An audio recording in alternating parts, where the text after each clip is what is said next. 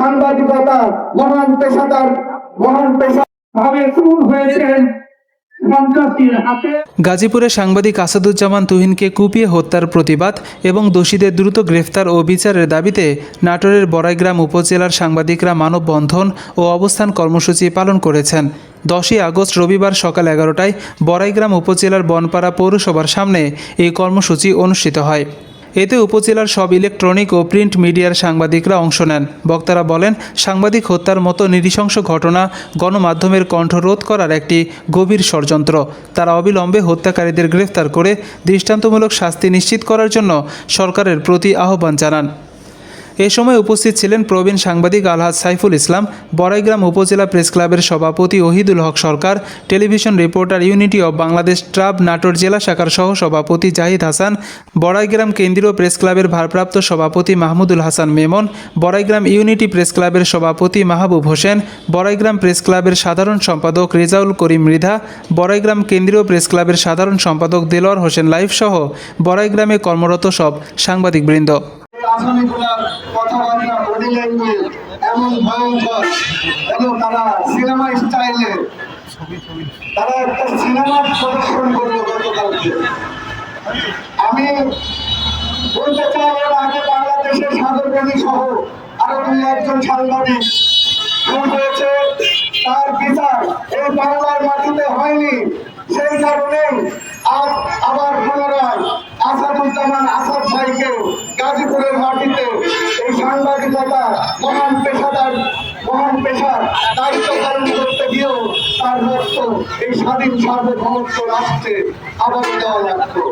যদি অতীতে তারা খুন হয়েছে সাগরবাণী সহ ওই সাংবাদিকগুলোর যদি বাংলাদেশে বিচার হতো, তাহলে কিন্তু আজ হয়তো আসাদুজ্জামান আসাদ ভাইকে রক্ত দিতে হতো না। প্রিয় সহকর্মী ভাইরা, আজ বাংলাদেশ 24শে আগস্টে জুলাই বিপ্লবের মাধ্যমে রাষ্ট্র স্বাধীন হয়েছে।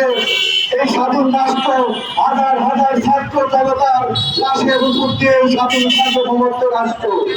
কিন্তু এই রাষ্ট্রে যা দেখা যাচ্ছে, সেই রাষ্ট্র মনে হচ্ছে আবার আয়ামে জাহিলিয়াতের যুগ প্রতিষ্ঠিত হতে চলেছে। এই আয়ামে জাহিলিয়াতের যুগ কেন প্রতিষ্ঠিত হতে দেখা যাচ্ছে, এর পিছনে দাঁড়ালে আমরা গণমাধ্যম কর্মী একটা বিষয় খেয়াল করি। সেই বিষয়টা হচ্ছে আইন শৃঙ্খলা বাহিনীর দুর্বলতা। বাংলাদেশ প্রশাসনের আইডল বাংলাদেশ পুলিশ বাহিনী, সেই বাংলাদেশ পুলিশ বাহিনীর সামনে গতকালকে তার আগের দিন আসামিদের যেরকম সিনেমা স্টাইলে চলাফেরা, সেটা দেখে মনে হয় না পুলিশরা তাদের বিপক্ষে অবস্থান করছে। পুলিশরা মনে হচ্ছে তাদের সহযোগী বন্ধু। একটা সিনেমায় যেরকম ভিলেনের সাথে পুলিশের একটা সুন্দর সম্পর্ক থাকে, ঠিক সেরকমই আসাদুজ্জামান আসাদ ভাইয়ের খুনিদের সাথে আমরা দেখতে পেলাম প্রশাসনের সেই সুন্দর। আমরা বলতে চাই, এই আসাদুজ্জামান আসাদ ভাইয়ের রক্ত বাংলার মাটিতে বিছা যেতে দেওয়া যাবে না। এই আসাদুজ্জামান আসাদ ভাইয়ের খুনিদেরকে আইনের প্রক্রিয়ার মাধ্যমে দ্রুত সময়ে এর বিচার সম্পন্ন করতে হবে, তাহলে বাংলাদেশের গণমাধ্যম কর্মীরা নিরাপদে থাকবে।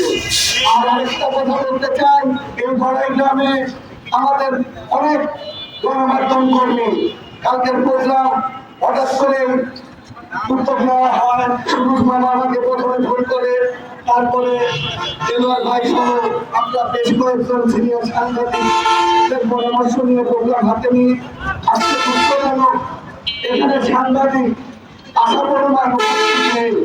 আমি সেই সমস্ত সাংবাদিক ভাইয়ের কাছে প্রশ্ন রাখতে চাই, যদি এই ঘটনা আপনার সাথে ঘটে কিংবা এই ঘটনা আপনার কোনো বন্ধুর সাথে ঘটে, রাজপথে কি আপনি আসবেন না? খুবই দুঃখজনক। এখন ভবিষ্যতে আপনাদের এরকম যদি আচরণ হয়, আমরা খুবই কষ্ট পাবো। আর যারা উপস্থিত হননি, আমরা সবাইকে চিনি, আমাদের কষ্ট দিয়েছেন আপনারা। এক সাংবাদিক ভাই খুন হয়েছে, আপনারা আপনাদের ব্যক্তিগত কাজে ব্যস্ত। যাই হোক, আমি আর কথা বলবো না। সবাই ভালো থাকবেন, সুস্থ থাকবেন। আসসালামু আলাইকুম।